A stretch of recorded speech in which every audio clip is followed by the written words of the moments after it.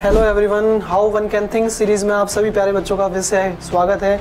और अमित सर आज आपके लिए फिर से एक क्वेश्चन लाए हैं जिसमें अपने को सोचना है कि क्वेश्चन कैसे होगा। तो बच्चों देखो, अमॉन्ग द रिलेशन एस एक रिलेशन डिफाइन किया हुआ। क्या डिफाइन किया? Order pair A comma B, A और बी रियल नंबर में से जीरो हटा दो, यानी कि negative real number positive real number की बात कर रहा है। 2 + a / b ग्रेटर देन 0 होना चाहिए।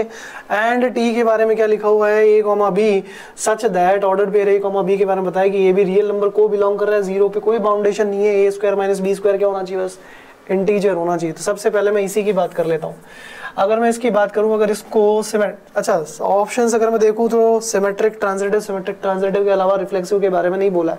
तो सबसे पहले शुरू करते हैं सिमेट्रिक होने के लिए बताओ प्यारे बच्चों क्या होना जरूरी है? सिमेट्रिक होने के लिए अगर ए कॉमा बी रिलेशन को बिलोंग करता है तो ये इंप्लाइज होना चाहिए कि कहीं ना कहीं बी कॉमा ए भी उसके अंदर अवेलेबल होगा। Yes sir no?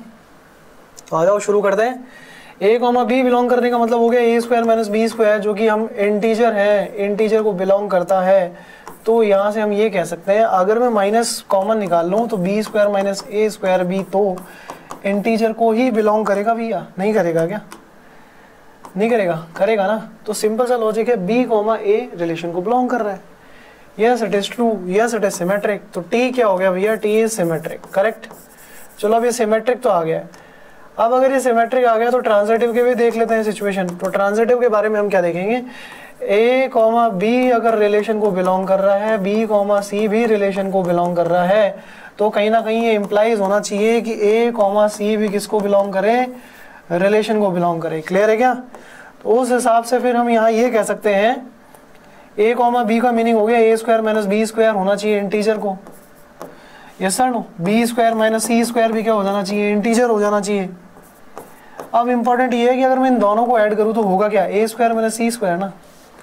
अब क्योंकि ए और सी रियल नंबर को बिलोंग कर रहे हैं, लेट सपोज, तो अगर एक इंटीजर है और एक नॉन इंटीजर है तो ये इंटीजर कभी आएगा ही नहीं।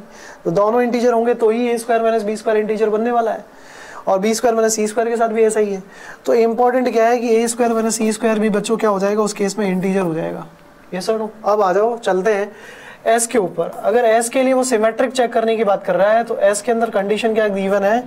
एस में हमें गिवन है कंडीशन भैया 2 + a / b ग्रेटर देन 0 होना चाहिए अगर a कॉमा बी हमारे पास रिलेशन को बिलोंग कर रहा है। तो अगर इसे सिमेट्रिक होना है तो b कॉमा a भी क्या होना चाहिए? इस रिलेशन को बिलोंग करना चाहिए।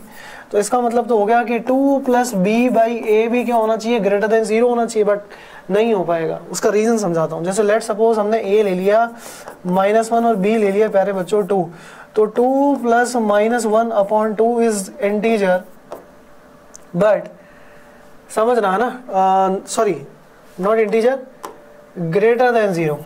समझ में आ रही है कि नहीं आ रही बात? पॉजिटिव है भाई 2 - 1/2।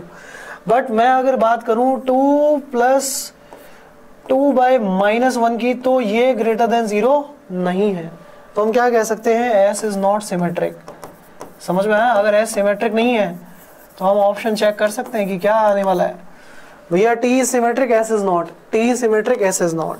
समझ में आई कहानी? इस तरीके से आप लोगों को क्वेश्चन को अप्रोच करना, बिल्कुल फंडामेंटल को यूज करते हुए। ये क्वेश्चन अच्छे से समझ में आ गया होगा। एक और काम जो आपको करना है वो है like and subscribe. YouTube channel join करें, टेलीग्राम, और आप अपने दोस्तों तक भी पहुंचाएं। Thank you so much.